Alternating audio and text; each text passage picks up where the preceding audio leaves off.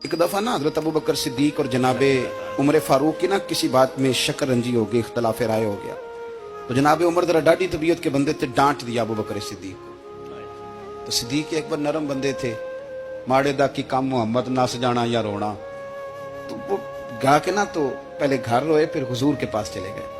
जनाबे उमर कहते मुझे भी ख्याल आया कि यार ये मुझे नहीं करना चाहिए था। थोड़ी देर के बाद अच्छे लोग जो होते हैं उनका गुस्सा जल्दी उतर जाता है।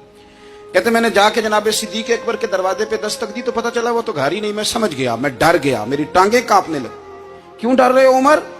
फरमाने लगे इसलिए डर रहा हूं कि अबू बकर जब अपने घर नहीं होते तो दरवाजा रसूल पे हो। सारी बात तो सुना दी होगी। फरमाते मैं नबी पाक की बारगाह में पहुंचा, सामने अबू बकर बैठे हैं, पुश्त मुबारक मेरे करीम रसूल की काबे की जानब, चेहरा सिद्दीक अकबर की जानब, दोनों की गर्दनें झुकी हुई।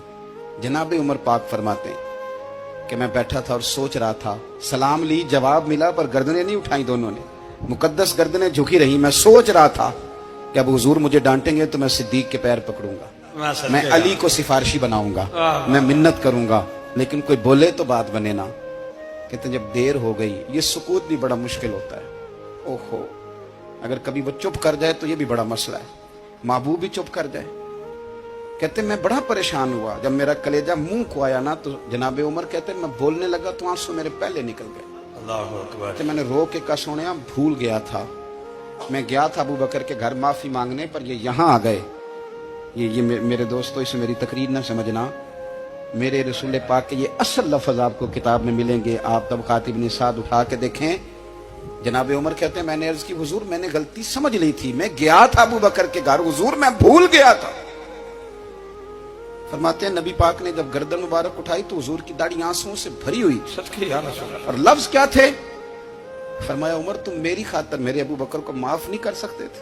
अब बात को समझे, ये नहीं फरमाया अबू बकर ने गलती नहीं की, फरमाया छोड़ नहीं सकते थे, तुम मेरी वजह से मेरे साहब को छोड़ नहीं सकते थे।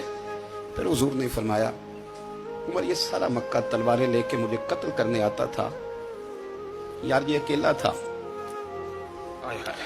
इसने खोल के बाजू कहा था कि जो हुजूर तक जाएगा मेरी लाश से गुजर के जाएगा। पर मैं दुनिया भूल जाती है, मुझे याद है अबू बकर सिद्दीक ने माल भी दिया, औलाद भी दी, मेरी खातिर छोड़ नहीं सकते थे।